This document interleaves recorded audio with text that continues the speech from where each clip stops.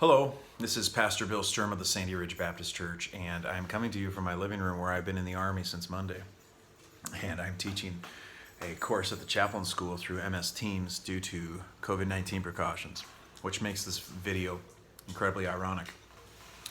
I wrote a letter that I'm going to send you through the email, and I'm going to read it to you right now. Dear Sandy Ridge Baptist Church, Pastor Randy and I have both tested positive for COVID-19. I have the bonus of flu B. We don't know if we both caught it from hospice or church or elsewhere. We both saw a physician assistant at urgent care on Fairgrove Church Road at different times.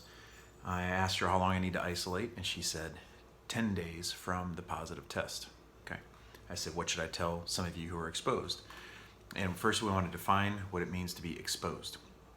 The CDC website says exposure is being within 6 feet of someone for more than 15 minutes accumulatively total in a 24-hour period. Well, she also said that there's no chance that we picked up the virus last night, even though we first felt symptoms. Randy did last night, I did this morning. We probably picked it up over the weekend. So were we within 6 feet of some of you for more than 15 minutes? Probably. And her advice to you is that you pay attention for the next 14 days to symptoms. And if you develop symptoms, get tested. And if the test comes back positive, isolate for 10 days. Okay. So here's the deal. Some of you were no doubt exposed. And I told you last night that I am desperately reliant on the Lord and that anybody can get the virus and that I am not cavalier and that I could contract it. I told you that last night. And I had no idea that I had it. That would not have changed anything. Just like right now, I don't think I got it because I'm not right with Jesus. So in keeping with COVID-19 CDC protocol and in the interest of protecting you, much like we would on a Sunday where there's icy roads, we're going to cancel in-person worship assemblies and all in-person meetings on our campus for the next week. Now, that means that 10 days from today and 14 days from some of you who were exposed last Sunday will be Sunday, November 8th. That is the next time that we'll be meeting, Sunday, November 8th. 8 o'clock service, mask only, and when you come in, you will notice that we will, for at least a while, put some safety precautions back in place in the form of tape. And so we can't make everyone who is exposed to us go get a test. So we feel like the best way to make sure that we don't have an outbreak, because we don't know who we got it from, right? So we feel like the best way to control what could be an outbreak is to simply cancel in-person services.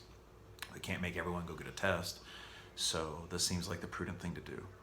I talked it over with Andrew Call, our physician assistant on the deacon body, and our chairman of the deacons, the other two pastors, and our administrative assistant, and we all think it's prudent. We don't want to, but we think it's prudent to cancel.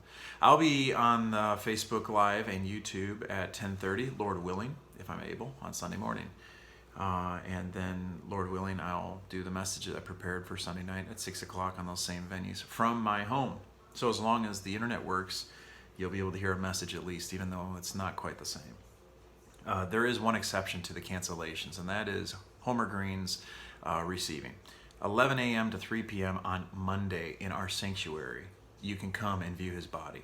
At 4 p.m. at Woodlawn Cemetery, there will be a graveside service. I hope that some of you who are able will come. I'm really sorry about the news. So far, I have a fever of about 101 and some weariness as my only symptoms. I finished my work day with the Army after I got back from testing. I'm going to go nap. Pastor Randy has a fever and some chills and the shakes, so please pray for the protection of our families as we continue to pray for yours. Thank you for your mercy and your understanding and supporting the leadership at your church. I am available for questions. David Barron wanted me to make sure that as our chairman of the deacons, he is also available for questions. May God bless you, and we do thank you for being so kind.